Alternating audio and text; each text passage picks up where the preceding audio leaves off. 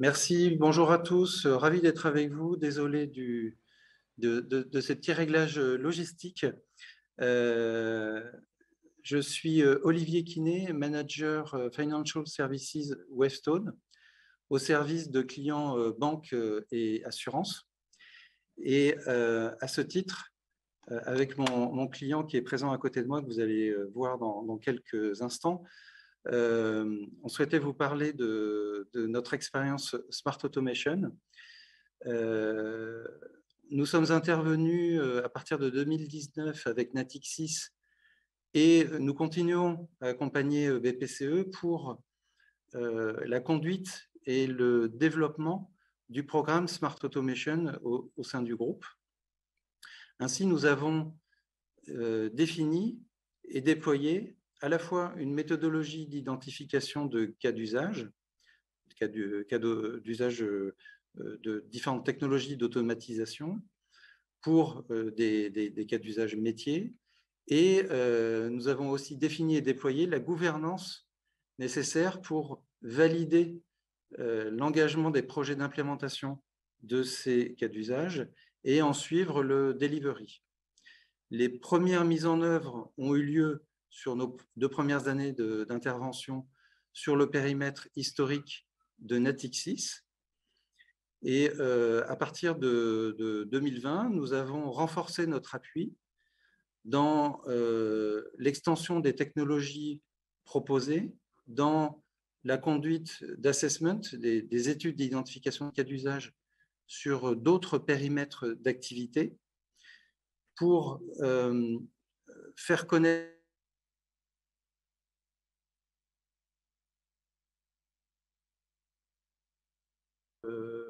capitaliser sur le capital confiance déjà développé grâce aux premières implémentations d'automatisation. Et donc, nous sommes toujours et avec plaisir aux côtés d'Hassan El-Koshi,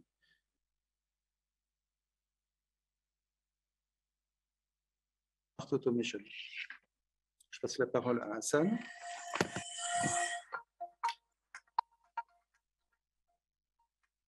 Bonjour à tous.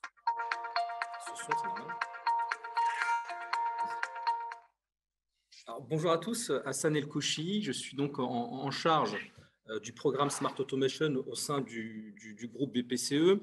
J'aimerais tout d'abord commencer par remercier le cabinet Wavestone dont j'ai bénéficié de l'accompagnement, comme l'a rappelé Olivier.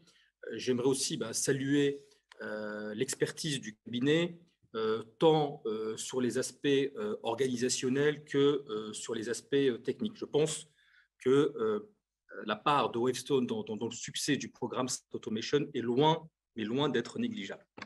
Alors, concernant le programme Smart Automation, je vais vous en dire un petit peu plus sur partager avec vous le contexte de genèse de ce programme, vous en dire aussi un peu plus sur la manière dont nous sommes organisés, la manière dont nous accompagnons les métiers, nos résultats, et on finira, si on a le temps, par vous présenter 2 cas d'usage concrets qui sont en production aujourd'hui.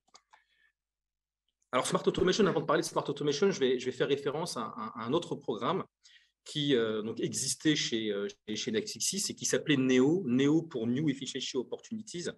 C'était un programme qui avait vocation à identifier des cas d'usage éligibles à une seule technologie, qui sont les RPA, les Robotic Process Automation. En 2018, on a décidé de lancer le programme Smart Automation. Alors, ce qui différencie le programme Smart Automation du programme NEO, c'est que, et je reviendrai un peu plus dans le détail un peu plus tard, c'est que dans le cadre du programme Smart Automation, nous avons une boîte à outils avec plusieurs technologies pour du coup mieux répondre aux besoins d'automatisation des métiers.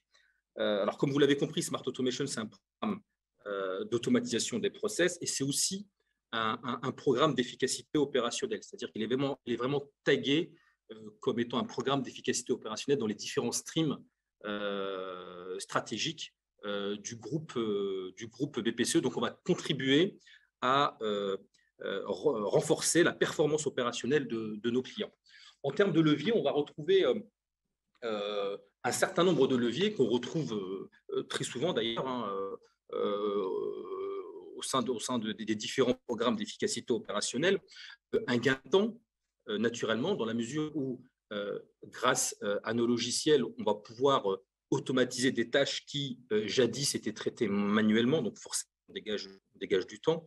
Une amélioration de l'expérience client et collaborateurs, c'est-à-dire que grâce à nos technologies, on va pouvoir éliminer toutes les tâches un peu chronophages, répétitives, sans valeur ajoutée, pour que nos collaborateurs puissent du coup se concentrer sur des tâches à plus forte valeur ajoutée. Et enfin, le troisième levier, c'est une meilleure maîtrise des risques, puisque un robot, ce n'est pas la seule technologie que nous avons dans notre boîte à outils. S'il est bien paramétré, par définition, il ne se trompe pas. C'est un programme qui est au sein du groupe BPCE, sponsorisé par la direction générale. J'insiste sur le sponsorship parce que pour pouvoir impulser des sujets innovants au sein d'un groupe, il est vraiment important d'avoir un sponsorship fort, et on a la chance au sein du groupe BPCE d'être sponsorisé par des membres du CDG du groupe. Alors, la factory, comment nous sommes organisés? Tout à l'heure, je faisais référence au programme NEO, donc qui précédait le programme Smart Automation. Le programme NEO, il y avait une équipe qui était d'ailleurs au sein du cabinet de consulting interne du groupe, qui avait vocation à chasser les cas d'usage, à identifier les cas d'usage auprès des métiers, et une équipe au sein plutôt d'une organisation IT qui avait vocation à les implémenter.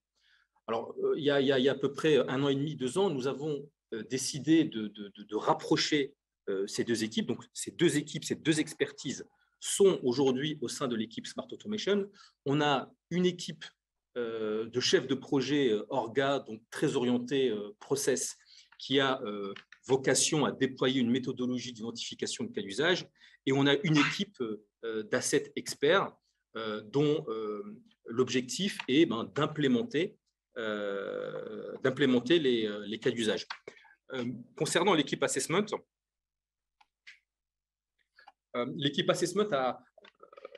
c'est sa première équipe à rentrer en contact avec les différents métiers que l'on accompagne. Pour rappel, le programme Smart Automation est un programme transverse. Par conséquent, nous accompagnons toutes les entités et tous les métiers du groupe BPCE. En termes de méthodologie, nous avons donc construit, il y a maintenant 4 ans, une méthodologie qui permet d'identifier des cas d'usage d'automatisation. C'est une méthodologie aujourd'hui qui est très éprouvée, qu'on a pas mal améliorée avec l'expérience que nous avons accumulée ces dernières années. On a voulu que cette méthodologie et surtout le délai d'implémentation de cette méthodologie soit court. Comme vous pouvez le voir, on est sur des délais de 3 à 4 mois qui ressemblent un peu en termes de délai à une mission type classique d'efficacité opérationnelle. Alors, cette méthodologie, c'est une méthodologie qui est caractérisée par une phase d'identification de cas d'usage. Je ne vais pas rentrer dans le détail, une phase de qualification des cas d'usage, dont l'objectif est de montrer que le cas d'usage en question a un sens. Puis enfin, une phase d'éligibilité qui se caractérise principalement par la construction d'un business case. Comme je le disais tout à l'heure, programme d'automatisation et aussi programme d'efficacité opérationnelle. Par conséquent, on a une vision héroïste très importante sur nos différents cas d'usage, et on considère qu'un projet d'automatisation est éligible dès l'instant où on a un payback inférieur à 18 mois. Donc ça, c'était l'équipe assessment, donc l'équipe de chefs de projet orga qui accompagne les métiers pour construire un backlog de cas d'usage ainsi que la roadmap d'implémentation à la fin de cette mission d'assessment. Ensuite, il y a l'équipe asset qui assure l'implémentation des cas d'usage. Alors, cette équipe asset on va retrouver dans cette équipe, cette équipe A7 va implémenter un certain nombre de technologies.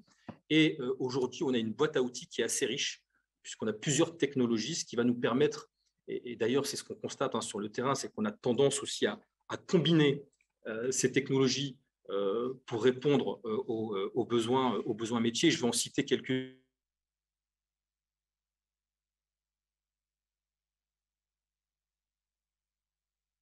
Continue aujourd'hui à déployer cette technologie qui permet du coup d'automatiser des tâches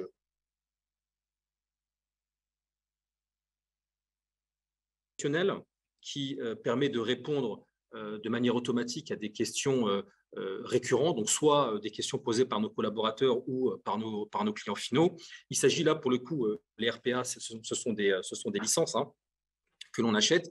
La plateforme conversationnelle, c'est notre propre plateforme que nous avons développée en interne. En effet, dans notre boîte à outils, on a des solutions internes et des solutions externes, c'est-à-dire des licences que l'on achète. Je peux citer un autre exemple de technologie que nous avons dans notre boîte à outils autour de l'OCR. On utilise par exemple la solution Cofax. On a une solution interne qui s'appelle SmartMail, qui a été construite en interne et qui permet de manière automatique de catégoriser les mails et de les router. Et on enrichit très régulièrement cette boîte à outils par de nouvelles technologies. Et une des dernières technologies que nous avons intégrées dans notre boîte à outils, c'est le process mining. C'est une technologie qui existe depuis une dizaine d'années, le process mining, mais qui est arrivé en banque plutôt récemment. Il y a à peu près, j'ai l'impression que les banques se sont intéressées à cette technologie il y a à peu près 2 ans. Très rapidement, le process mining, qu'est-ce qu'il permet de faire? C'est une technologie qui permet, de mapper nos processus, d'identifier les inefficiences au sein de nos processus, et 3, de monitorer nos processus avec notamment la mise en place de KPI. Alors comment? En récupérant en fait les logs qui sont générés par nos systèmes d'information. Autre point important, c'est la veille technologique. On a vraiment un chantier au sein de l'équipe Smart Automation dont l'objectif est de regarder sur le marché quelles sont les technologies qui émergent, afin d'enrichir justement notre boîte à outils. On a rédigé un livre blanc autour du process mining qui reprend les grands principes de cette technologie et qu'on a mis à la disposition de nos confrères. Donc, si ça vous intéresse, on vous l'enverra avec plaisir. Donc, voilà pour les différents assets. Peut-être un point important que je n'ai pas précisé, c'est que l'équipe en charge des assessments, elle est basée full à Paris. Nos assets experts, nos développeurs, ils sont répartis entre Paris et Porto. On a une 50aine de développeurs dans l'équipe, pour des raisons, j'allais dire, assez évidentes. Un TJM à Porto coûte 2 fois moins cher qu'un TJM à Paris, ce qui nous permet du coup d'avoir des retours sur investissement beaucoup plus intéressants. Comme je vous le disais tout à l'heure, il est important d'avoir des ROI inférieurs à 18 mois pour pouvoir avoir la validation de nos sponsors pour le lancement des projets. Alors, en termes de résultats, on a aujourd'hui au sein du groupe un peu plus de 200 cas d'usage qui sont en production et qui ont généré plusieurs millions d'euros de savings. On est vraiment un programme transverse. Par conséquent, et comme je le disais tout à l'heure, on accompagne vraiment l'ensemble des entités du groupe, donc les métiers globaux comme la CIB ou l'asset management, le retail, mais aussi les fonctions support. Alors très rapidement, pour vous donner un peu une idée du nombre de cas d'usage dans ces différentes entités, Natixis CIB, donc les métiers globaux, CIB Investment Management, on est sur à peu près une centaine de cas d'usage en production. Au sein des métiers retail, comme Payment Services, Assurance ou SEF, on est aussi autour d'une centaine de cas d'usage en production. Alors, au sein des fonctions support, c'est pas là où nous sommes le plus présents. Alors, pour différentes raisons. On a mené des assessments au sein des filières comme les risques, la finance, etc. La finance, il y a beaucoup de cas d'usage éligibles. Malheureusement, les fréquences ne sont pas assez régulières pour rendre les cas d'usage éligibles. Mais on a mis en place tout un plan d'action pour relancer des assessments au sein des directions fonctionnelles du groupe. Et un point important, on le reprend ici, c'est le Net Promoter Score, c'est-à-dire que depuis maintenant 1 an et demi, on collecte à chaque fin de phase d'identification de cas d'usage ou à chaque implémentation, on collecte la satisfaction de nos clients pour faire de l'amélioration continue et améliorer la manière dont nous accompagnons nos clients en interne. On avait repris 2 exemples de cas d'usage. Je ne sais pas si on a le temps, Olivier, d'en faire référence très rapidement. A priori, on a encore 2-3 minutes. D'accord. Alors, très rapidement, là, ce cas d'usage, ce cas d'usage a été déployé au sein d'un périmètre chez BPCE qui s'appelle Workplace. C'est l'organisation qui gère les immeubles du groupe. Au sein de cette organisation, il y a un standard constitué d'une douzaine de personnes qui répond aux appels externes entrants. C'est une équipe, c'est un prestataire. Ils ont recours vraiment à un prestataire qui gère ces appels entrants. Ils avaient comme objectif de maîtriser leurs coûts externes et de mettre en place un peu plus de souplesse dans la gestion des pics d'appels. Donc là, on a déployé la solution à laquelle je faisais référence tout à l'heure, donc notre plateforme conversationnelle. Et comment fonctionne au fait cette plateforme conversationnelle? Le callbot va recevoir l'appel de la plateforme. Ensuite, le callbot va solliciter un module de machine learning que nous avons aussi développé en interne, de recherche dans l'annuaire par rapprochement des sonorités. Ainsi, il y a un scoring qui est généré et qui permet de déclencher plusieurs scénarios, soit le routage automatique vers la personne demandée, soit la présentation à l'appelant par le callbot des meilleurs résultats, ou le transfert au conseiller téléphonique. Donc, c'est un exemple de cas d'usage parmi les 200 auxquels je faisais référence tout à l'heure. Et aujourd'hui, au sein du groupe, on a une vingtaine, un peu plus de 20 cas d'usage en production qui utilisent cette technologie, cette plateforme conversationnelle. Donc, c'est soit du chatbot, soit du callbot. Je te laisse peut-être, Olivier, dire un mot sur l'autre cas d'usage. Volontiers. Donc, un cas d'usage qu'on appelle SmartDoc et qui, en fait, pour faire très, très court, vise à tirer parti au maximum des données disponibles dans les systèmes d'information pour contrôler le contenu des rapports financiers produits régulièrement au cours de l'année. Et là, Hassan évoquait tout à l'heure une combinaison de technologies. C'est un bon exemple dans la mesure où les équipes qui ont réalisé ont combiné 5 ou 6 technologies différentes, notamment des technologies qui ne sont pas directement gérées par les équipes Smart Automation, mais d'autres au sein du pôle d'expertise techno BPCE, de manière à développer une application qui va se nourrir par différentes étapes d'extraction, qui va se nourrir d'input métiers, des data de référence et des règles métiers, et qui va produire un rapport de divergence par rapport à ce que devrait être le contenu du rapport financier, et qui va le mettre en évidence dans le document de 300 pages qui est exploité à chaque fois. Un point intéressant à noter, c'est qu'on est bien dans une démarche de déploiement large, massif et d'industrialisation. Et les développements qui ont été réalisés l'ont été de manière à produire des briques qui sont réutilisables, de manière à ce que dans les futurs projets, on puisse se concentrer non seulement sur la solution à mettre en œuvre, mais sur la façon dont on la valorise au sein du système d'information. Voilà. Je ne sais pas si on peut prendre des questions, s'il y a des questions dans la salle. Je vois qu'on est arrivé au bout de notre créneau. On me dit qu'un micro peut passer pour prendre éventuellement une question. Par contre, on n'a pas de retour son. Je ne sais pas s'il y en aura, dites-nous.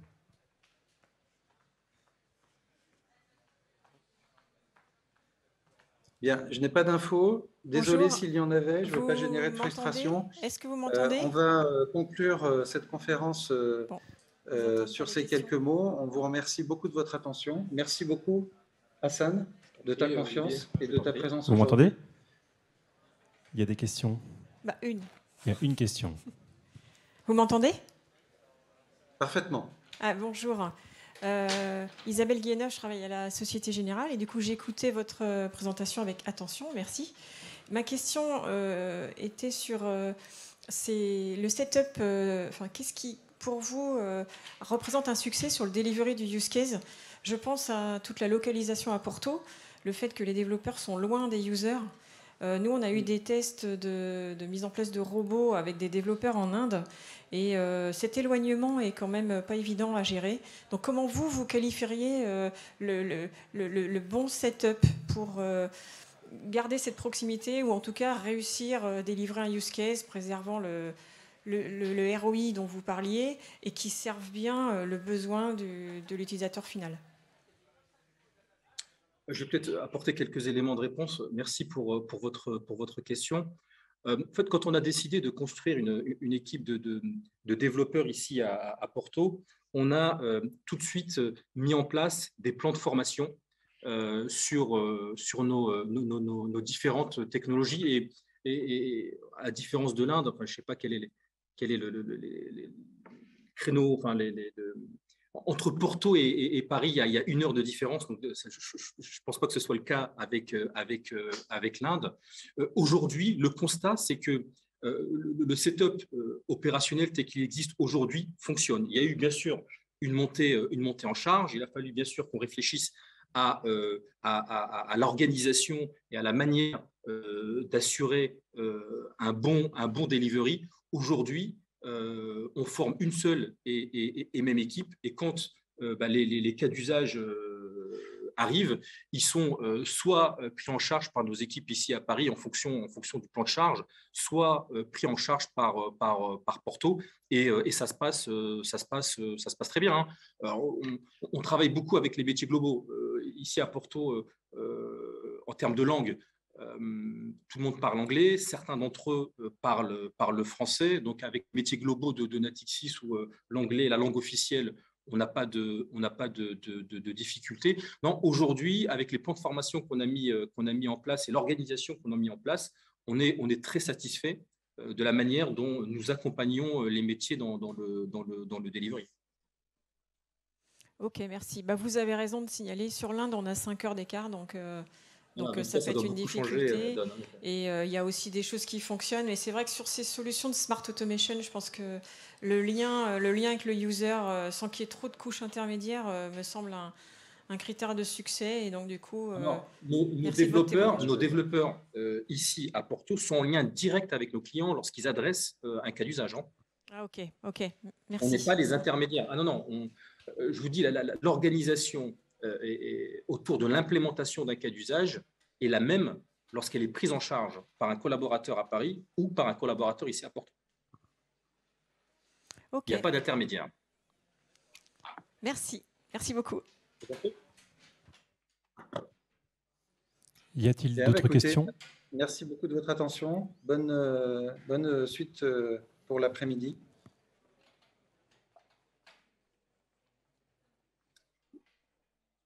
Très bonne fin de journée. Merci à tous.